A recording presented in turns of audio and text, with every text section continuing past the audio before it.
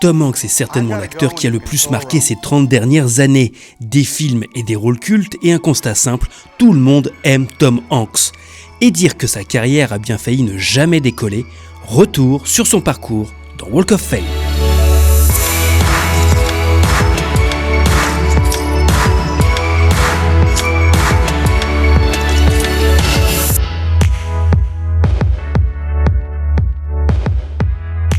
Imaginez-vous démarrer dans des sitcoms pas terribles et des séries un peu nunuches.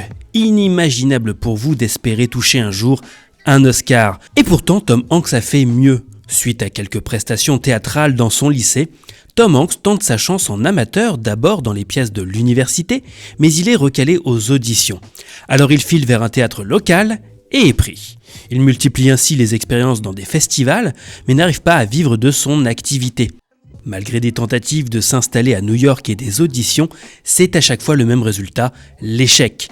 Il n'est pas pris car son style dramatique mêlé au comique perturbe les directeurs de casting et réalisateurs.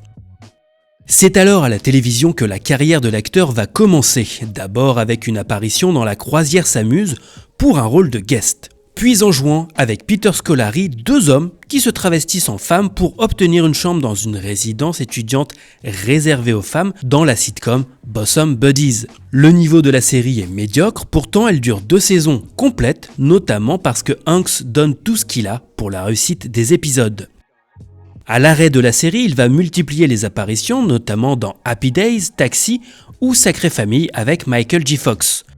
Ron Howard, rencontré sur le tournage d'Happy Days, lui offre son premier rôle important au cinéma avec la comédie Splash en 1985. C'est un succès surprise aussi bien critique que public qui ouvre enfin les portes du cinéma à Tom Hanks après 10 ans de galère. L'acteur va alors enchaîner les comédies dans les années 80 presque de manière mécanique et sans forcément surveiller la qualité des scénarios. Vont ainsi s'enchaîner Le Palace en délire, L'homme à la chaussure rouge, remake du Grand Blond avec une chaussure noire, Toujours prêt, au cours duquel il rencontre sa deuxième femme, Rita Wilson, Une baraque à tout casser,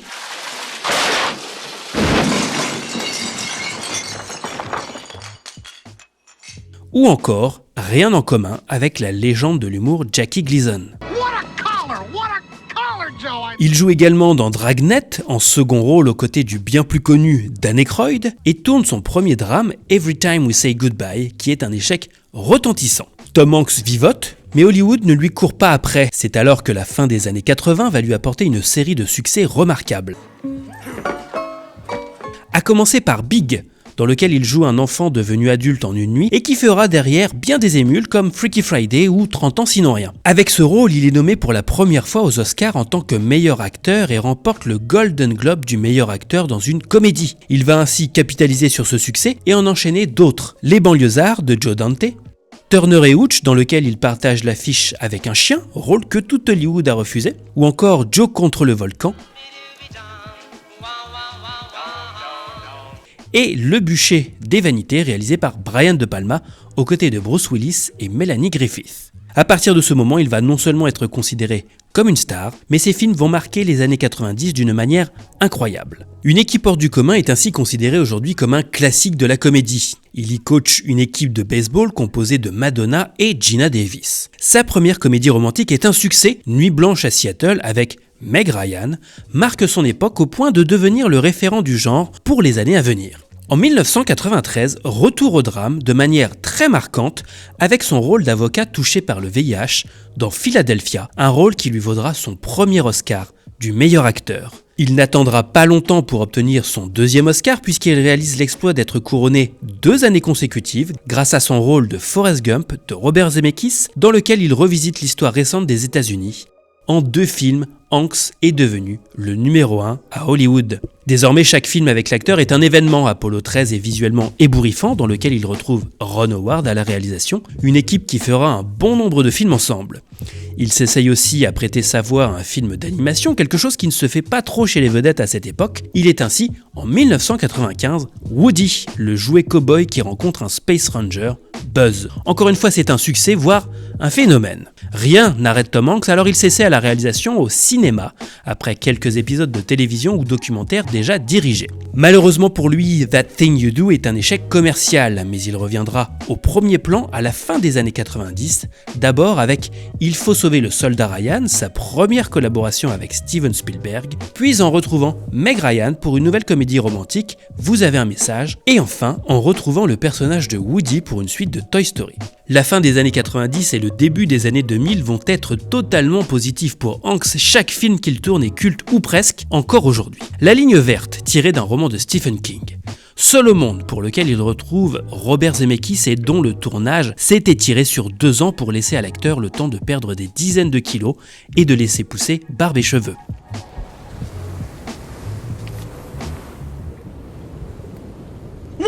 Les Sentiers de la Perdition de Sam Mendes ou encore Attrape-moi si tu peux de Steven Spielberg avec Leonardo DiCaprio. En s'associant aux frères Coen pour Lady Killers, il connaîtra un de leurs rares échecs dans leur filmo. Il retrouve alors 2 réalisateurs amis, Steven Spielberg pour Le Terminal et Robert Zemeckis pour Le Pôle Express, un des premiers films animés réalisés entièrement en motion capture et en CGI. En parallèle, depuis quelques années, l'acteur est également devenu producteur. Il est à la tête de Band of Brothers, frères d'armes, avec Spielberg, du documentaire De la Terre à la Lune, ou encore du succès surprise du début des années 2000, Mariage à la grecque. Au cours des années suivantes, il produira aussi bien des films dans lesquels il joue, donnera sa chance à de jeunes réalisateurs, produira des documentaires et des séries, au point d'être un des producteurs les plus reconnus du secteur aujourd'hui. Big Love, sur HBO, Mamma Mia, Max et les Maxi-Monstres n'auraient jamais ainsi vu le jour sans lui.